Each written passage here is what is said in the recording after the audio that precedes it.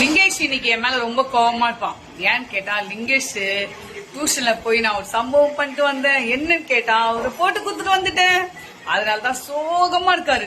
இல்ல லிங்கேஷ், எதிர்பார்த்தியா பெரியமாவுடைய ஆக்ஷனை? ஐயோ, அங்க போயிட்டு விக்ரம் மணியன்ல பண்ணுவாரு, அதெல்லாம் பண்ணான் லிங்கேஷ். அப்பதான் லிங்கேஷ பத்தி தெரியும்.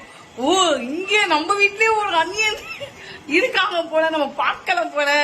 அம்மா சைட்ல நல்லா நுந்துறாங்க தோசைய, நல்லா துணுங்குழி துணுது. எப்படி துணுது பாரு, இங்க பாரு. ஏய் பெரியமா, உன்னை பத்தி என்ன பேசுனா டியூஷன்ல? சொல்லு, என்ன சொன்ன? நல்ல பையன் தானே சொல்லிட்டு வந்த?